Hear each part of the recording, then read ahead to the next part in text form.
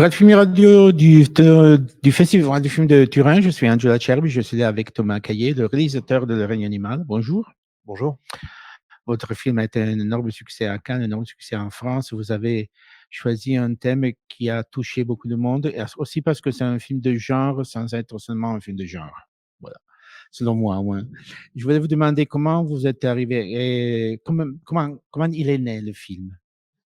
Le film, il est né, d'une rencontre avec, ma co-scénariste, Pauline Munier qui était encore étudiante à l'époque, en scénario et qui avait écrit un premier scénario dans lequel il y avait des personnages qui étaient affublés de traits animaux et c'est une idée qui m'a plu, et on en a beaucoup parlé ensemble et je lui ai proposé qu'on écrive ce film, ensemble. Donc on s'en sont suivies 2 années d'écriture commune, autour de cette métaphore, de cette transformation entre l'homme et l'animal.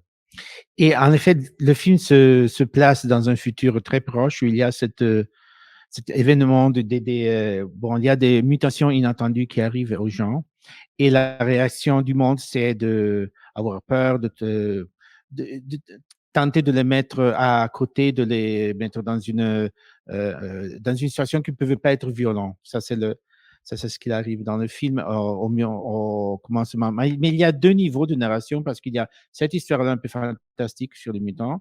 Il y a l'histoire plus personnelle de François et d'Émile, qui sont une famille qui ont la mère a ce problème-là et elle cherche de survivre, disons.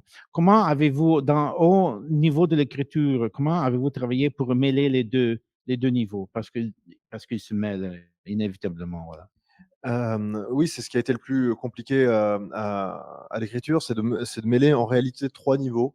Le premier niveau, c'est vraiment la question de ce qui arrive à ce jeune homme, à Émile. Mhm. Donc là, à ce niveau-là, il y a la question de devenir adulte. Il y a un récit d'émancipation, un récit d'initiation.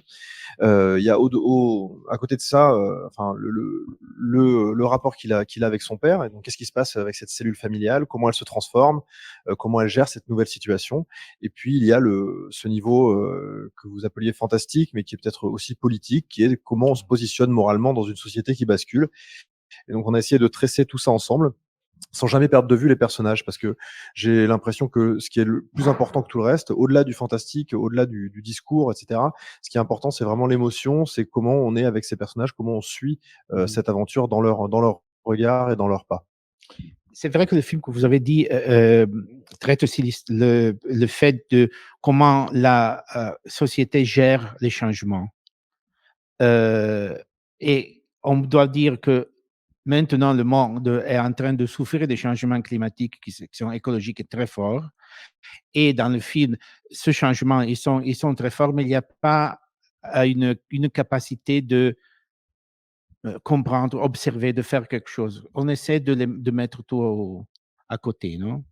Bah, C'est un peu ça. pour le coup, j'ai l'impression que c'est à peu près ce qui se passe dans le monde réel. C'est-à-dire Voilà, exactement. on est tous de plus en plus conscients qu'il y a une urgence, mais on ne fait rien. Oh. Et c'est en ça que l'histoire, elle se déroule, pour moi, dans notre présent. C'est-à-dire que, le point commun entre la société dans laquelle on vit et celle qui est représentée dans le film, c'est la fabuleuse capacité qu'a l'humain de cacher des choses sous le tapis et Exactement. de faire semblant que tout est OK. Et à partir du moment où on en est conscient, c'est déjà un grand pas de fait. Mais en fait, on s'adapte pas. On ne s'adapte pas. Écoutez, comment avez-vous travaillé pour la création des créatures? C'est-à-dire, parce il y a ces créatures dans le film qui sont moitié animales, moitié humaines. Au niveau artistique, créatif, comment est-ce que vous les avez pensées? Alors ça a été un très long processus, ça a pris à peu près 1 an et demi. Après le scénario, il y a une phase de recherche de design. J'ai travaillé avec un auteur de bande dessinée, puis avec des gens qu'on appelle des character designers, donc des dessinateurs qui sont habitués à travailler l'anatomie, très précisément l'anatomie humaine et animale. On a essayé de voir comment cette transition pourrait se faire en partant d'un corps humain, pour aller vers des formes animales très diverses, hein, puisque dans le film, on a à la fois des mammifères, des reptiles, des oiseaux, des amphibiens, on a de tout. Et ensuite, il y a eu cette phase très importante du casting où on est reparti presque à zéro puisqu'on a dû repartir du corps de nos acteurs. parfois caster des gens qui avaient des physiques particuliers ou des façons d'utiliser leur corps qui étaient particulières.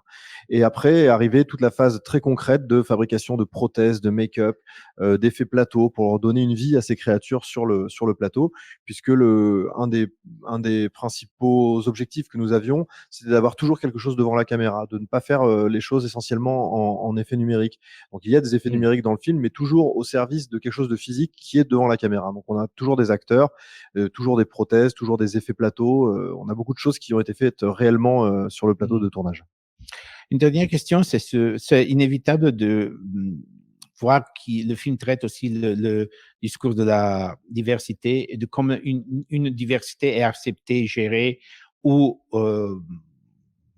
refusée par la société parce que disons, ces mutants sont pas, ils sont pas violents, ils deviennent violents parce qu'ils sont attaqués, ils doivent se défendre. Euh, c'est un concept que vous avez élaboré avant de faire le film, c'est-à-dire la diversité pour vous, c'est une des aspects à traiter. Oui, ça fait vraiment partie de la thématique du film. Je crois que l'espèce humaine, on est la seule espèce à avoir tracé une ligne entre nous et tout le reste, en disant: «OK, nous, on est différents. Il y a la nature et il y a l'homme». Donc là, avec cette histoire, on s'amuse à effacer cette frontière et voir ce qui se passe quand il y a plus cette frontière, aussi nette. Donc quand ça touche, votre fils, votre collègue de travail Voilà. ou votre mère et qu'elle se déplace et qu'elle en dehors de cette frontière, à quel moment elle est plus exactement votre parente, à quel moment, elle devient différente, comment on l'accepte, comment on continue à vivre ensemble. Donc c'est effectivement des questions qui sont intéressantes. Bon, merci beaucoup à Thomas Caillé, le réalisateur de Le règne animal, ici au Festival de Turin. Je suis Angela Cherby pour Fred, de Festival Insider. Merci beaucoup. Merci beaucoup.